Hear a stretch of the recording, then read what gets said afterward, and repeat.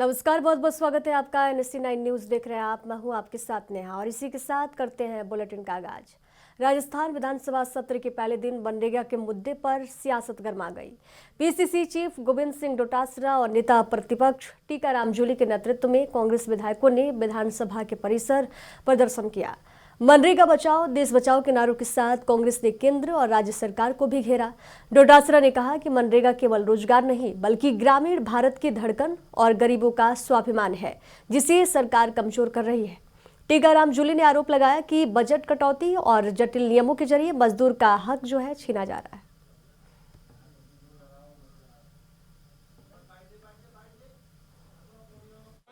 मनरेगा का तो right to work खत्म किया है तो निश्चित रूप से पूरे देश में आंदोलन है। हमारा ही नहीं, सबका है। आम जो गरीब है उसके पेट के ऊपर लात मारी गई।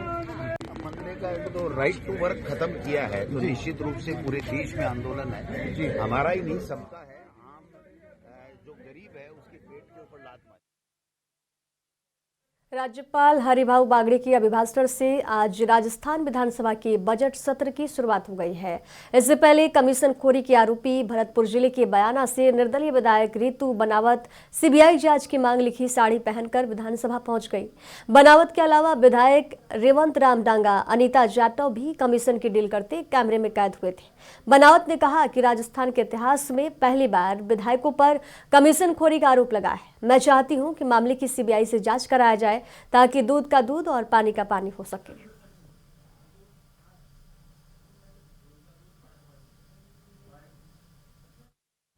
मालूम है कि राजस्थान के इतिहास में पहली बार विधायकों पर कमीशनखोरी का आरोप लगा।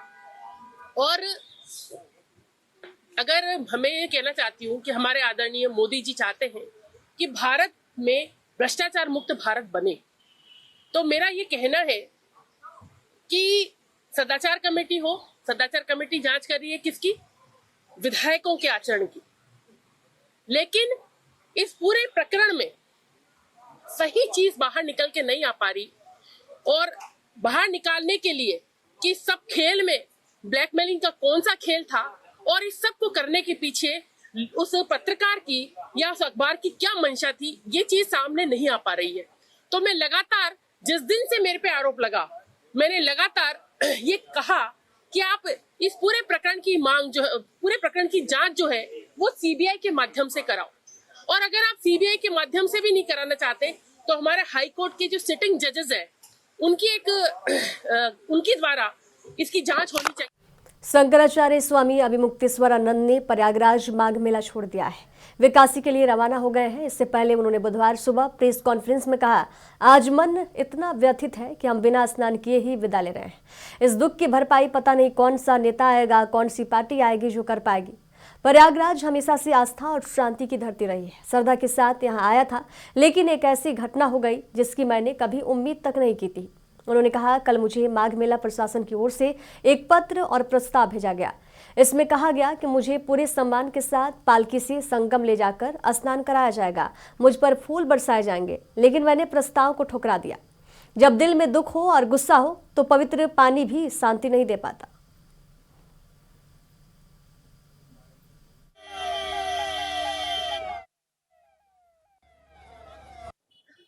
आज हम यहाँ से जा रहे हैं, लेकिन अपने पीछे सत्य की गूंज और उन अनुत्तरित प्रश्नों को छोड़कर जा रहे हैं जो प्रयाग की इस हवा में तो विद्यमान रहेंगे ही।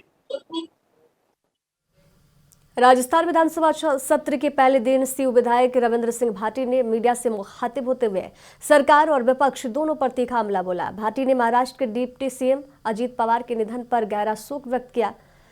इसके साथ ही युवाओं के मुद्दों पर सदन का ध्यान भी खींचा। उन्होंने OMR सीट घोटाले और पेपर लीक के लिए BJP और पूर्ववर्ती कांग्रेस दोनों को जिम्मेदार ठहराया। जल जीवन मिशन में बाड़मेर के अंतिम स्थान पर होने पर चिंता जताते हुए उन्होंने इसे बड़ा मुद्दा बताया। भाटी ने साफ कहा, शिक्षा, स्वास्थ्य और पर्यावरण जैसे बुनियादी विषयों पर केवल राजनीति नहीं बल्कि विधानसभा में ठोस चर्चा होनी चाहिए।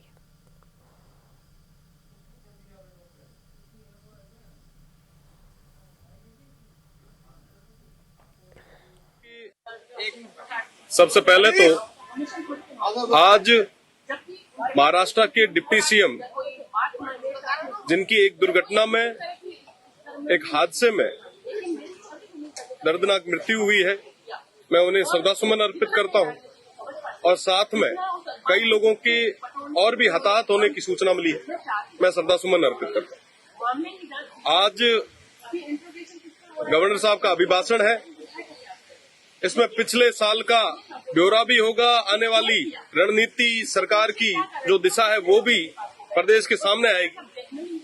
पर सबसे बड़ा विषय है कि पिछले कुछ दिन पहले ओमार सीट का एक प्रकरण लंबे समय तक चला भी है, आए दिन न्यूज़पेपर्स में छपा भी है, इलेक्ट्रिक मीडिया ने अच्छे से चलाया भी है।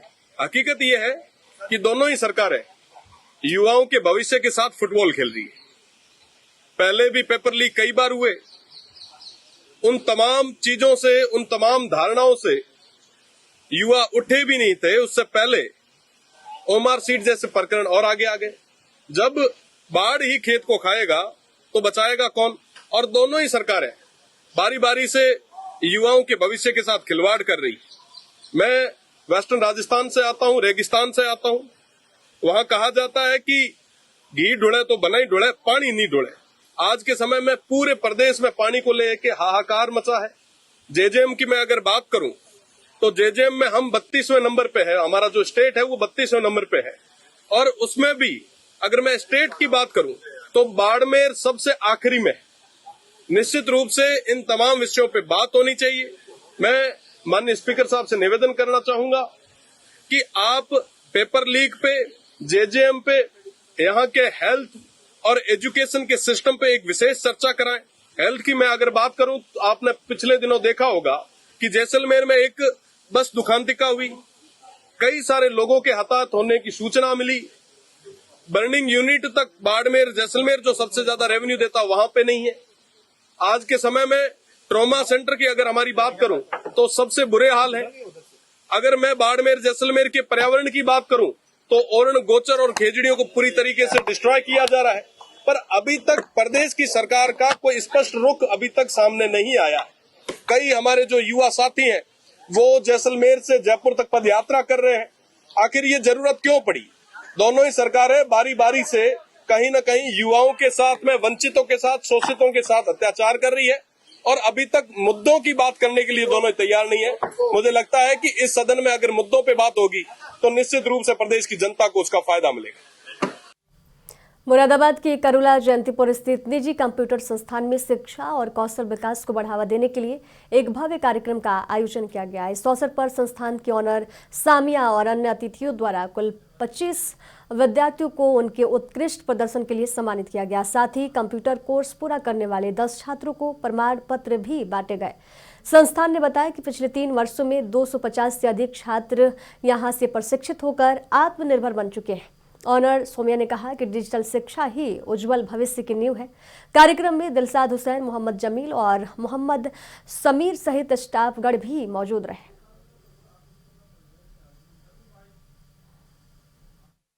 जिसमें हम बच्चों को आधुनिक शिक्षा, जैसे कंप्यूटर की शिक्षा देते हैं, एआई का ज्ञान भी देते हैं। इन सभी को लेकर हम जो गरीब बच्चे हैं उन्हें आगे बढ़ाने की कोशिश करते हैं ताकि वो इस आधुनिक युग में, तकनीकी युग में अपना काम सही तरीके से कर सके और आगे अच्छा काम कर सके। इस मौके पर बच्चों को, नई उम्र के बच्चों को क्या संदेश दें? इस मौके पर यही संदेश देना चाहते हैं कि और देश जैसे बढ़ रहे हैं, हमारा देश भी ऐसे ही बढ़ना चाहिए। हिमाचल के शिमला से खबर है, जहां राष्ट्रीय देवभूमि पार्टी हिमाचल भाजपा कार्यालय का घेराव करेगी। ये प्रदर्शन 13 जनवरी को यूजीसी द्वारा जारी नए नियमों के खिलाफ है। पार्टी अध्यक्ष रुमित सिंह ठाकुर ने कहा कि नए नियम सामान्य वर्ग के छात्रों के खिलाफ है और इसे तुगलकी फरमान भी बताया। उन्होंने प्रदेश भर के लोगों और भाजपा कांग्रेस कार्यकर्ताओं से इस प्रदर्शन में शामिल होने की अपील की है।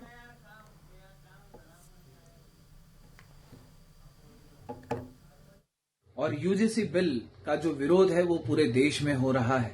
पूरे देश में स्वर्ण समाज इस टाइम सड़कों पर है और अपने बच्चों के भविष्य को बचाने के लिए, अपने बच्चों की जिंदगियों को बचाने के लिए आज हम सड़कों के ऊपर हैं। कल 28 जनवरी को सुबह 11 बजे हम लोग तवी मोड़ पर हम लोग एकत्रित होंगे और तवी मोड़ से हम लोग भाजपा प्रदेश कार्यालय की ओर हम लोग पैदल हम लोग कूच करेंगे। आप सभी लोगों से मेरा ये निवेदन है कि आप सभी लोग अपने घरों से आएं। हो सकता है कल बारिश हो, कल बर्फ भी पड़े, कई जगहों पर उपले इलाकों में बर्फ भी पड़े, बारिश भी हो, लेकिन मुझे लगता है कि ये बर्फबारी और ये बारिश हमारे बच्चों की जिंदगियों से ज्यादा नहीं है। हम बर्फ को चीरते हुए हम आगे निकल सकते हैं, हम बारिश भी सहन कर लेंगे, हम आंधी तूफान भी सहन कर लेंगे, क्योंकि अगर आज इस आंधी तूफान से, बारिश से, बर्फ से हम लोग घबरा गए या हम अपने घरों में रुक गए, तो कल को बच्चों का जीवन बर्बाद होने से नहीं रुकेगा। ये भारतीय जनता पार्टी की सरकार ने जो तुगलकी फरमान यूजीसी के नाम का ये जो जारी किया है, ये सरेआम हमारी नजरों के सामने हमारे बच्चों को फांसी के फंदे पर चढ़ाने का तुगलकी फरमान है। आज हमें आवश्यकता है कि आज हम अपने बच्चों को बचाने के लिए, उनकी जिंदगियों को बचाने के लिए हम लोग अपने घरों से निकलें। आप भाजपा के लोग हैं, कांग्रेस के लोग हैं तो हमारे स्वर्ण समाज के लोग ही ना। गुस्सा तो आपके मन में भी होगा, नाराजगी तो आपके मन में भी होगी, और अगर अपना भी कोई गलत करता है तो उसका भी विरोध। शिमला से मौसम की खबर, जहां पश्चिमी विक्षोभ की सक्रियता के चलते शिमला में दिन भर बारिश और बीच बीच में बर्फबारी का दौर जारी रहा। कुफरी और नारकंडा में भारी बर्फबारी हुई, जबकि राजधानी में पर्यटकों की बढ़ती आमद से ट्रैफिक जाम की स्थिति जरूर बन गई। नगर निगम महापौर सुरेंद्र चौहान ने बताया कि सभी मुख्य मार्ग और इमरजेंसी रास्ते खोले जा चुके हैं और बिजली पानी की आपूर्ति बहाल कर दी गई है।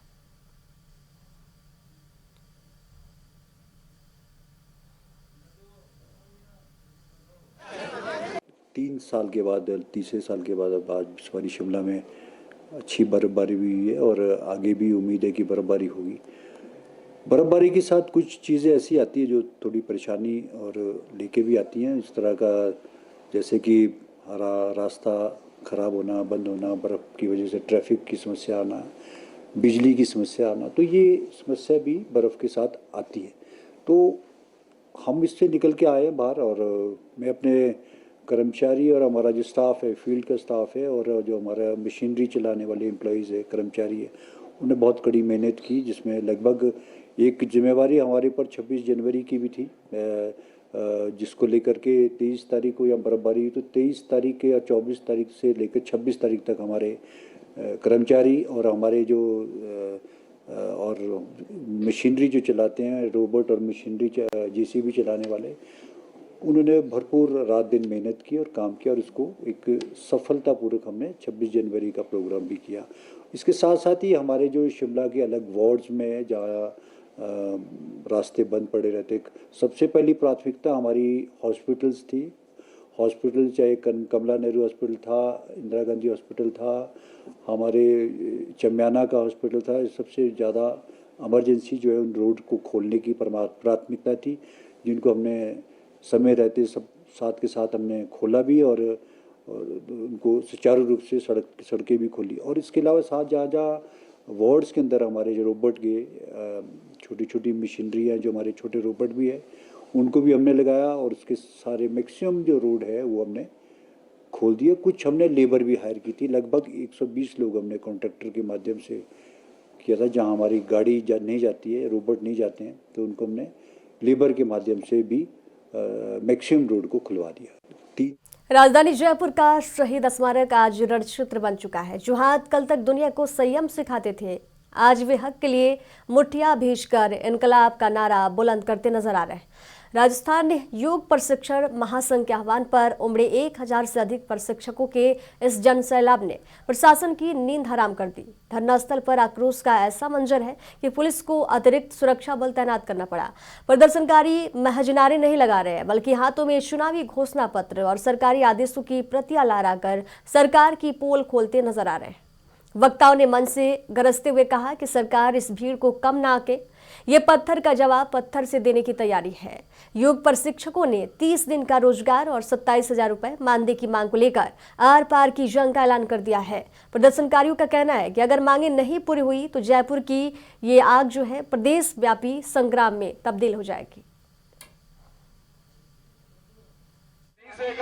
मैं आज बता दूं आपके चैनल के माध्यम से, आज धरना स्थल पे शहीद स्मारक पुलिस आयुक्तालय के सामने राजस्थान के प्रदेश के कोने कोने से वो योग शिक्षक यहाँ आज बैठे हैं जिनके पीछे एक समाज की, स्वस्थ समाज की संरचना आधारभूत डिपेंड करती है। और माननीय मुख्यमंत्री जी ने निरोगी राजस्थान का एक नारा दिया है, उस नारे को साकार रूप प्रदान करने वाले साक्षात ये योगाचार्य हमारे समक्ष बैठे हैं। इनको डबल इंजन सरकार से बहुत बड़ी आशा थी, क्योंकि मोदी जी भी बार बार योग का नाम लेते हैं, माननीय मुख्यमंत्री जी भी बार बार योग का नाम लेते हैं, पर योग पीछे, योग को आगे खेवनहार कौन है, योग को आगे ले जाने वाला कौन है? सरकार से हमारी ये मांग है कि महिलाओं के साथ में जो शोषण किया जा रहा है, असमान वेतन और असमान कार्य, वो भेदभाव मिटाया जाए, पुरुषों के समान वेतन और कार्य किया जाए। किसी भी डिपार्टमेंट में ऐसा असमान नहीं किया गया है जैसा योग डिपार्टमेंट में किया गया है। ये हमारे संविधान में भी ऐसा कोई कानून नहीं है कि महिलाओं के साथ में किसी प्रकार का भेदभाव किया जाए। आजकल हर डिपार्टमेंट में महिलाएं सबसे आगे हैं, तो सरकार से मैं अनुरोध करती हूँ कि महिलाओं को समान वेतन और समान कार्य किया जाए। अभी तक तो कुछ भी आश्वासन नहीं आया है, पर हम लोग गए थे जैसे वहाँ पे कार्यालय, तो उन्होंने ये बोला था कि ये केंद्र से आई हुई वैकेंसी है, तो वहाँ से हम लोग यहाँ से लेटर वहाँ भिजवा सकते हैं। आगे से जो आता है उसके बाद डिपेंड करता है कि क्या ऑर्डर आ रहा है क्या नहीं आ रहा है, क्योंकि हमें तो केंद्र सरकार परोस के देती है, हम आपको सर्व कर देते हैं, ये चीज़ उन्होंने बोली थी। तो सर ने ये बोला था कि हम आगे भेज देंगे, आगे की कार्यकारिणी वो स्वयं देखेंगे क्या करना है क्या नहीं करना है। हम तो सरकार से अब भी यही चाहते हैं कि जो हमारा 10 दिन का कार्यकाल है वो बढ़ाकर 30 दिन किया जाए और हमारी जो सैलरी है वो 27,000 समथिंग की जाए। मैं सरकार से कहना चाहती हूँ, अगर योग से कुछ फायदा ही नहीं है तो सरकार ने क्यों ही योग शिक्षकों को चुना है? क्यों ही सरकार ने हर कॉलेज में, स्कूलों में, डिपार्टमेंट में, प्रत्येक में योग की सब्जेक्ट हैं, विषय है, उनको लगा रखा है। अगर योग से कुछ फ़ायदा ही नहीं है तो सरकार क्यों चाहती है कि योग शिक्षक आएँ? अगर सरकार ये चाहती है कि योग शिक्षक से हमारे हैं वो फ़ायदे हो, सभी मरीजों को अपना योग के बारे में नॉलेज हो कि इस योग से की साधना से, योग साधना करने से स्वास्थ्य को ये लाभप्रद हो, तो सरकार से हमारा निवेदन है कि 10 दिनों से योग करने से कोई भी फ़ायदा नहीं होगा। हम लोग अगर 10 दिन किसी को योग सिखाएंगे तो उससे कोई फ़ायदा नहीं है। पूर्णकालीन हमारा 30 दिन का हमारा योग है, वो कार्यकाल होना चाहिए और पूर्ण हमारा सरकार से निवेदन है कि हमारा पूरा वेतन होना चाहिए। हम कि सरकार से भीख नहीं मांगते, हम सरकार से चाहते हैं कि हमारा पूर्ण वेतन होना चाहिए, हमारा भी सम्मान होना चाहिए। मुरादाबाद जिले में मौसम ने अचानक करवट ले ली। तेज हवाओं और बारिश के चलते जिले भर में ठंड बढ़ गई है। अधिकांश इलाकों में बूंदाबांदी हुई, जबकि तेज हवाओं ने लोगों को अधिक ठंड का एहसास जरूर कराया। देहात क्षेत्रों के पतेई, खालसा, फतेहपुर माजरा और आसपास के कई गांव में हुई बारिश ने जनजीवन को अस्त व्यस्त कर दिया। किसानों की चिंताएं बढ़ गई हैं। उनका कहना है कि इस बेमौसम बारिश से गन्ना, धान और अन्य फसलों को नुकसान पहुंचेगा।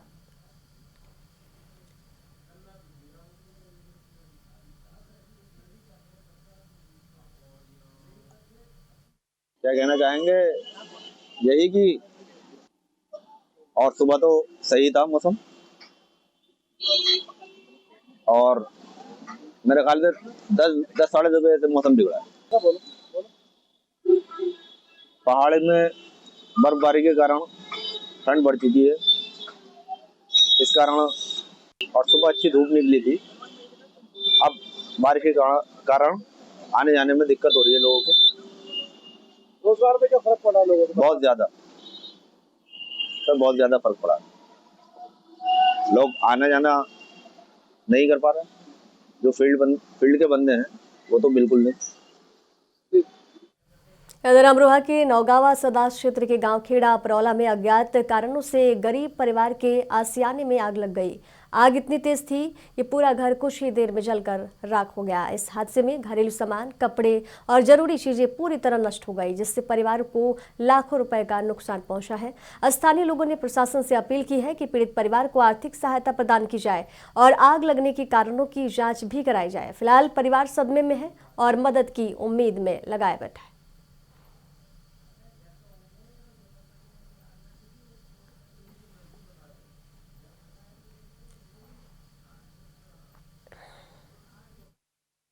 ये आग लगी है, मेरी बच्चों के ऑपरेशन हुआ था, मेरी बीवी भैया के घर थी, तो मैं चला गया था और मैं यहीं रहता सहता हूँ। और 1 और 1:30 बजे के बीच ये आग लगी। 1-1.5 लाख रुपए का ये मेरा नुकसान हुआ। छोटे छोटे बच्चे इसमें ही रहते हैं और मेरा घोड़ा भी था एक, वो भी जल गया। और वहीं लड़का सो रहा था मेरा, और एक और था है, वो भी जलने, थोड़ी सी लपट लगी उसे, मेरी बग्गी जल गई।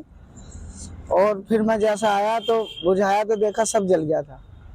तुम्हें कब पता लगा आग लगने का? मुझे जब पता लगा, मेरे लड़का खाट पे सो रहा था, उसकी खाट आधी जल गई, और मैं जो वो मेरे पास गया भाग के, नु पापा आग लग गई। मैं जब आया तो बग्गी खींची, जो भी बची वो बचाई, अन्य सब जल गया।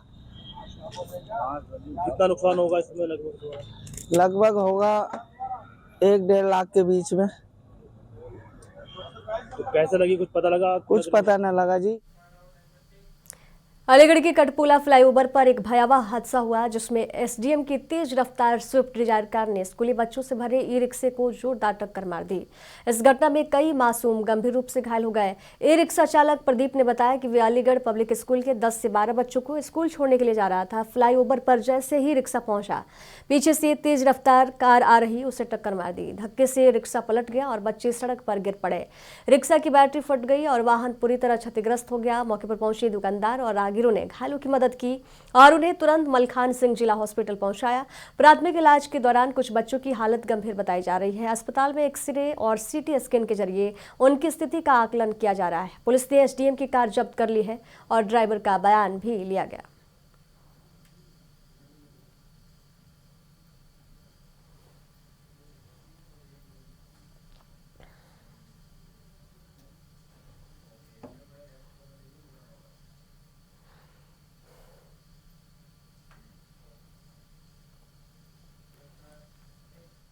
यूपी के मुरादाबाद से खबर है, जहां भारतीय किसान यूनियन टिकट के जिला अध्यक्ष धर्मेंद्र शर्मा के नेतृत्व में किसानों ने जिला प्रशासन को ज्ञापन सौंपा है। ज्ञापन में चकबंदी, बिजली, सिंचाई, खाद बीज की गुणवत्ता और आगामी जनगणना से जुड़ी समस्याओं पर ध्यान देने की मांग की गई है। भाकियों ने कहा कि किसानों को चकबंदी और पुनर्वास में अनियमितताओं, बिजली विभाग की मनमानी और सिंचाई की लापरवाही का सामना लगातार करना पड़ रहा है। साथ ही नकली बीज और अमानक खाद के खिलाफ कार्रवाई और जनगणना में किसी को छूट न देने की मांग की गई है।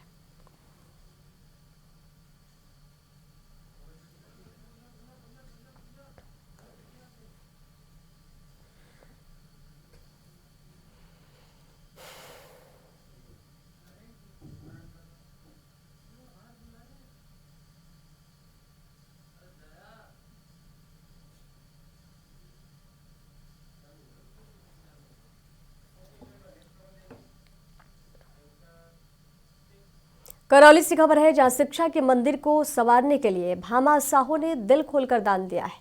नादौती ब्लॉक के रौसी गांव में प्रतिभाओं के सम्मान के साथ साथ विकास की एक नई इबारत लिखी गई है। राजकीय उच्च माध्यमिक विद्यालय रौंसी में आयोजित भामा श्रा और प्रतिभा सम्मान समारोह में उस वक्त उत्साह दोगुना हो गया जब विद्यालय के कायाकल्प की जानकारी साझा की गई। कार्यक्रम की अध्यक्षता प्राचार्य हेमराज मीना ने की। इस सत्र में ग्राम पंचायत द्वारा विद्यालय में करीब 35 लाख रुपए के विकास कार्य कराए गए।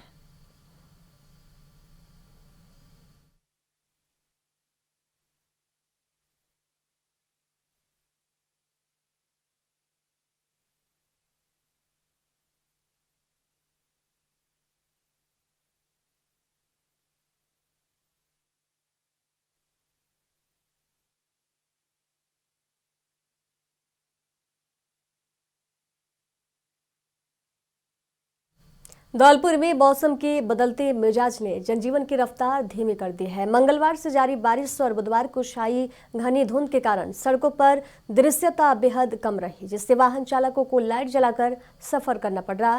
तापमान में गिरावट से सर्दी का एहसास बढ़ गया है, लेकिन ये बारिश किसानों के लिए सौगात लेकर आई है। गेहूं, सरसों और चने की फसलों के लिए ये नमी संजीवनी मानी जा रही है।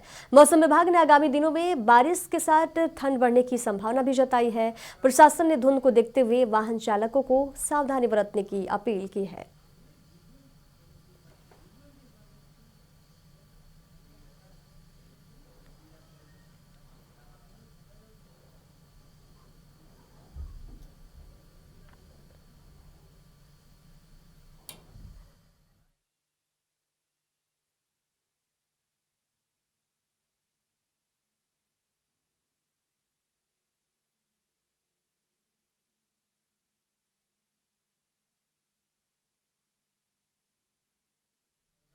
श्रीगंगानगर स्थित सादुल शहर में उस वक्त सनसनी फैल गई जब वार्ड 1 में एक विधवा महिला अपने देवर के साथ पानी की टंकी पर चढ़ गई। मामला पुश्तैनी प्लॉट पर अवैध कब्जे और रुपए के लेन देन से जुड़ा हुआ है। पीड़ित पक्ष का आरोप है कि करीब 1 दर्जन लोगों ने जबरन उनके प्लॉट पर कब्जा कर लिया, जिसकी शिकायत के बावजूद प्रशासन ने कोई सुनवाई नहीं की है। घटना की सूचना मिलते ही पुलिस बल मौके पर पहुंचा और समझाइश शुरू की है। प्रशासन ने निष्पक्ष जांच और न्याय का आश्वासन दिया है। फिलहाल इलाके में तनावपूर्ण माहौल है और लोग सख्त कार्रवाई की मांग कर रहे हैं।